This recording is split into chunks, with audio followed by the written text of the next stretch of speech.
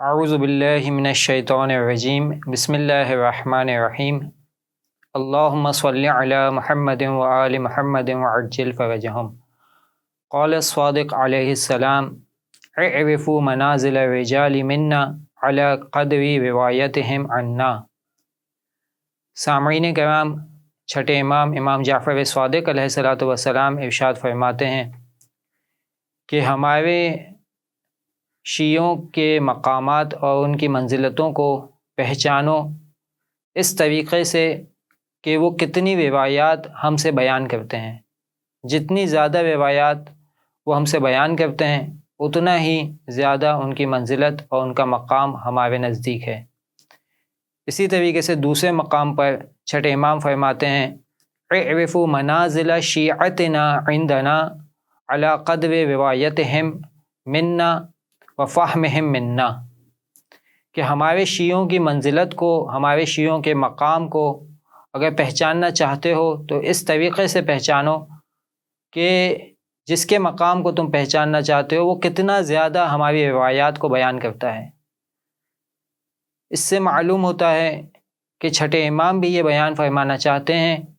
کہ ہمارے شیعوں کے مقام اور ان کی منزلت کا معیار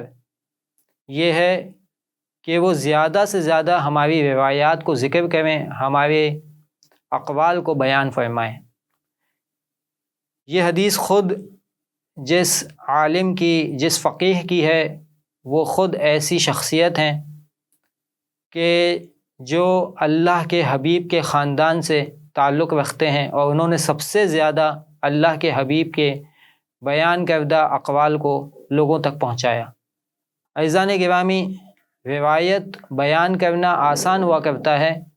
لیکن راوی خود اپنے آپ کو اس مقام پر پہنچائے کہ جو افراد ان سے روایات کو حاصل کر رہے ہیں وہ یہ کہیں کہ ہاں ہم نے معتبر راوی سے حدیث کو سنا ہے، ہم نے قابل اعتماد راوی سے حدیث کو سنا ہے۔ جیسا کہ آپ جانتے ہیں چھٹے امام کے زمانے میں راویوں کی تعداد اس قدر زیادہ تھی کہ خود تاریخ کے الفاظ ہیں کہ ایک وقت میں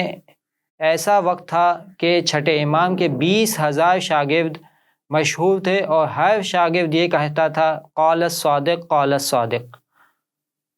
انہی راویوں میں سے برجستہ ہستیاں وہ ہستیاں تھیں کہ جنہیں شیعہ فقہا اور شیعہ علماء نے اصحاب اجماع میں سے قرار دیا ہے۔ اصحاب اجماع بظاہر تو اگر آپ اس لفظ کا ترجمہ کریں تو وہ ایسے نکلے گا کہ وہ اصحاب کے جو اجماع کے وقت تھے، جبکہ مراد یہ نہیں ہے۔ دراصل جب ائمہ معصومین علیہم السلام کی روایات کو جمع کیا جانے لگا اور راویوں کی تعداد کثیر تھی تو علم رجال وہ ایسا علم تھا جس کے ذریعے سے پہچانا جاتا تھا کون سا راوی ثقہ ہے، کون سا راوی قابل بھروسہ ہے اور کون سا راوی ایسا ہے کہ جو مجعول ہے یا یہ کہ قابل بھروسہ نہیں ہے۔ اس علم پر مختلف کتابیں لکھی گئیں جن میں اختیار معرفت الرجال کشی کی، نجاشی کی رجال نجاشی، شیخ طوسی کی رجال طوسی، شیخ طوسی ہی کی دوسری کتاب فہرست کتب شیعہ، اور اسی طریقے سے علامہ حلی اور برقی کی بھی کتاب رجال سر فہرست ہیں۔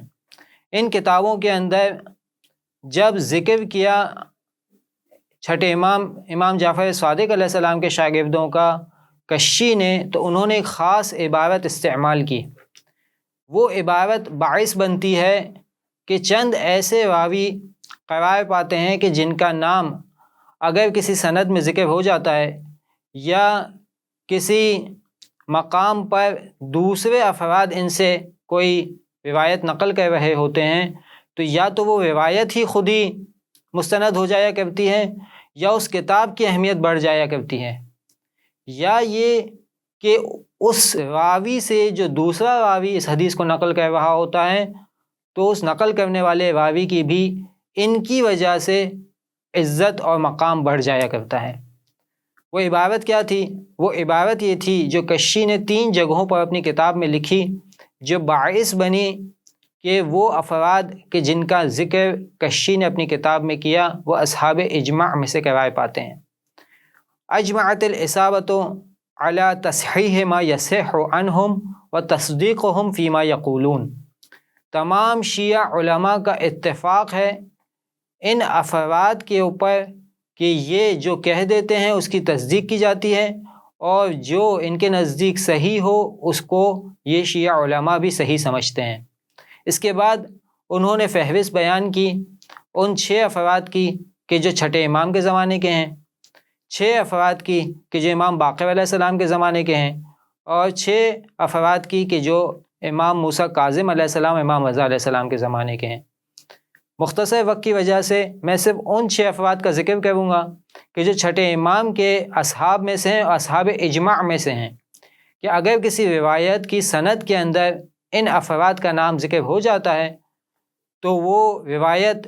یا تو صحیح مانی جاتی ہے یا موثق مانی جاتی ہے۔ پہلے ہیں جمیل بن دراج، دوسرے عبداللہ بن مسکان، عبداللہ بن بکیر، حماد بن عثمان، حماد بن عیسیٰ، اور چھٹے صحابی ہیں ابان بن عثمان الاحمر۔ آج ہماری گفتگو کے محور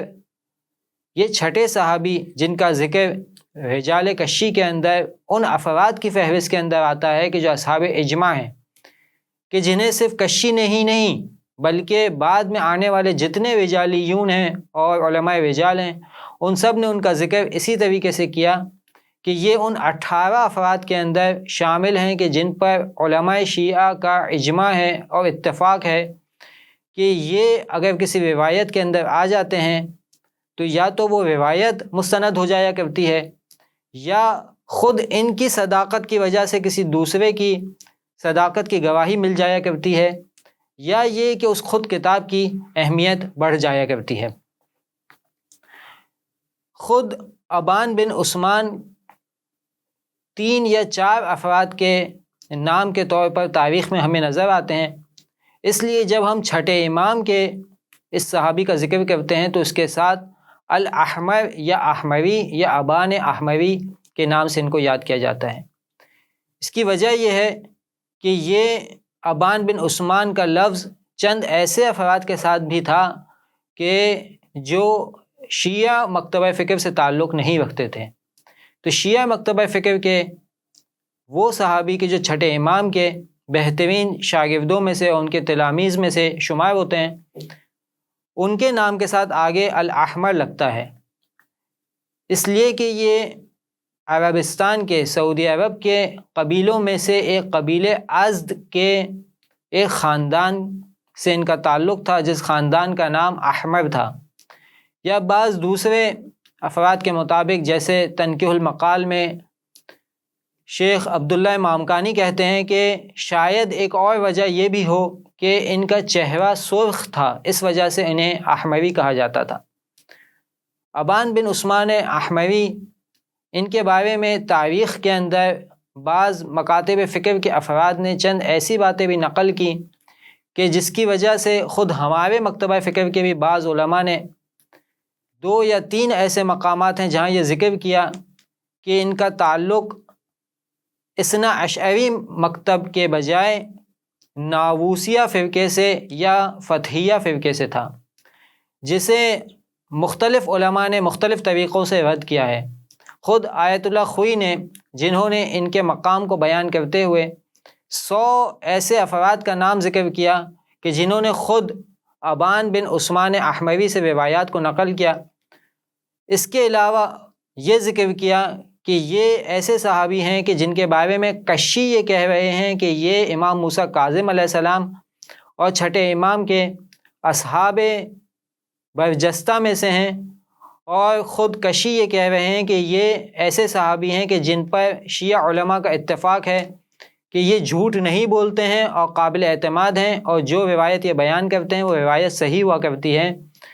ان کے بارے میں جب بعض ایسے اقوال ہمیں نظر آتے ہیں کہ یہ راوی فرقہ اثنا عشریہ کو چھوڑ کر نعوذ باللہ یا تو واقفیہ ہو گئے تھے یا فتحیہ ہو گئے تھے، یہ بعید نظر آتا ہے، اس لیے کہ فتحی مذہب وہ ہوا کرتا تھا کہ جو چھٹے امام جعفر صادق علیہ الصلوۃ والسلام پر آ کر رک گئے تھے اور ان کے بعد امام موسیٰ کاظم علیہ السلام کو امام ماننے کو تیار نہیں تھے، تو یہ کیسے ہو سکتا ہے کہ ایک ایسا شخص کہ جو ساتویں امام کو امام مانتا ہی نہ ہو وہ ساتویں امام سے روایات کو نقل کرے۔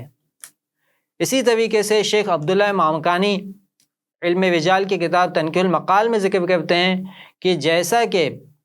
یہ کہا گیا ہے کہ یہ ناووسیہ فرقے سے تعلق رکھتے تھے، وہ دراصل کتاب کے اندر تصحیف کی وجہ سے اور کتاب کے اندر حروف کی تبدیلی کی وجہ سے یہ جملہ تبدیل ہو جاتا ہے، جبکہ لکھا ہوا یہ تھا کہ یہ قادسیہ تھے۔ قادسیہ چونکہ 2 نقطے والا قاف اور اس کے بعد الف اور دال سین یہ، تو کتاب میں تصحیح کی وجہ سے جو 2 نقطے ہیں اس میں سے ایک نقطہ رہ جاتا ہے اور واو جو نشانی بن جاتا ہے ناووسیہ ہونے کی، جبکہ دراصل وہ قادسیہ کے دال کی علامت تھی۔ تو بالکل اسی طریقے سے مختلف علماء ان دونوں نظریوں کو کہ جو آج آپ یوٹیوب کی مختلف ویڈیوز کے اندر دیکھیں گے کہ وہاں یہ نظر آتا ہے کہ وہ چھٹے امام کے اس جلیل القدر صحابی کو اثنا عشری فرقے سے دور نظر دکھلاتے ہیں کہ یہ نعوذ باللہ اثنا عشری فرقے سے دور تھے، تو آپ اس کے رد میں ان تمام بزرگ علماء کی آراء کو دیکھ سکتے ہیں کہ جنہوں نے بیان کیا کہ یہ بعید ہے کہ ایک ایسا شخص کہ جو خود ساتویں امام کی روایات کو بیان کر رہا ہو وہ کیسے ایسے فرقے سے تعلق رکھ سکتا ہے کہ جو چھٹے امام پر آ کر توقف کر لے۔ خود ابان بن عثمان احموی کی روایات صرف اور صرف فقہ اور اصول سے متعلق نہیں تھیں، یا صرف اور صرف ان روایات سے متعلق نہیں تھیں کہ جس کے اندر انسان کے اجتماعی احکامات کو بیان کیا جاتا ہے، بلکہ واحد کتاب جو ان کی آج میسر ہے اور اس کتاب کے علاوہ ان کے آثار میں اور کوئی کتاب ہمیں نہیں ملتی، وہ سیرت کے اوپر ہے کہ جسے جامعۃ المدرسین نے حال ہی میں شائع کیا ہے، اور اس کا وہ قدیم نسخہ کہ جو آیت اللہ مویشی نجفی نے تلاش کر کے اپنے کتاب خانے میں رکھا تھا اسے بہترین طریقے سے چھاپ کے مرحلے سے گزارا ہے۔ اس کتاب کا نام ہے المبدأ والمبعث والمغازی والوفات والسقیفہ والردہ، جس کتاب کے اندر یہ 6 ایسے موضوعات ہیں کہ جو اللہ کے حبیب کی زندگی سے لے کر خود چھٹے امام کی زندگی تک تمام ادوار کو اور ان کی سیرت کو شامل کرتے ہیں۔ آیت اللہ خوئی کے نزدیک ایک مقام ایسا تھا، ایک زمانہ ایسا تھا جب وہ اس نظریے کے قائل تھے کہ وہ تمام راوی جو کامل الزیارات کے اندر ذکر ہوئے ہیں وہ معتبر ہیں اور قابل اعتماد ہیں۔ اسی نظریے کے بنا پر وہ جب معجم رجال الحدیث کے اندر ابان بن عثمان احموی کا ذکر کرتے ہیں تو ایک خاص ایسی روایت کہ جو کامل الزیارات کے اندر اللہ کے حبیب کے نواسے سید الشہداء امام حسین علیہ السلام سے متعلق تھی، اس کا ذکر کرتے ہیں کہ یہ روایت بھی وہ روایت ہے کہ جو چھٹے امام کے اس جلیل القدر صحابی ابان بن عثمان احموی سے روایت ہوئی ہے، جس میں ابان احمر محمد بن حسین الخزار سے روایت کرتے ہوئے کہتے ہیں کہ وہ اور ہارون بن خارجہ وہ ایک ساتھ چھٹے امام کی خدمت میں حاضر تھے کہ چھٹے امام کے پاس وہ ذکر کرتے ہیں فذکرنا الحسین علیہ السلام، مولا حسین علیہ السلام کا جب وہ ذکر کرتے ہیں فبکا ابو عبداللہ علیہ السلام، چھٹے امام گریہ شروع کر دیتے ہیں، وبکینا اور ہم بھی گریہ کرتے ہیں، ثم رفع رأسہ چھٹے امام اپنے سر کو بلند کرتے ہیں، پھر فرماتے ہیں قال الحسین علیہ السلام انا قتیل العبر لا یذکرنی مؤمن الا بکا، میں آنسوؤں کا مقتول ہوں، کوئی مومن ایسا نہیں ہے کہ جب میرا ذکر ہو تو وہ گریہ نہ کرے، یعنی مومن کے پاس مولا حسین کا ذکر نہیں ہوتا مگر یہ کہ وہ ان کا ذکر سن کر گریہ کرتا ہے۔ تو یہ مشہور روایت جو آپ جگہ جگہ پر دیکھتے ہیں وہ روایت کامل الزیارات کے اندر خود ابان بن عثمان احموی سے ہمیں نظر آتی ہے جو ان کے اعلیٰ مقام اور اعلیٰ منزلت کو بیان کرتی ہے۔ پروردگار عالم سے یہ دعا کرتے ہیں، پروردگار عالم ہمیں محمد و آل محمد کی سیرت پر عمل پیرا ہونے کی توفیق عنایت فرمائے، امام زمانہ کے ظہور میں تعجیل فرمائے اور ہمیں ان کے اعوان و انصار میں شامل فرمائے۔ ربنا تقبل منا انک انت السمیع العلیم وتب علینا انک انت التواب الرحیم۔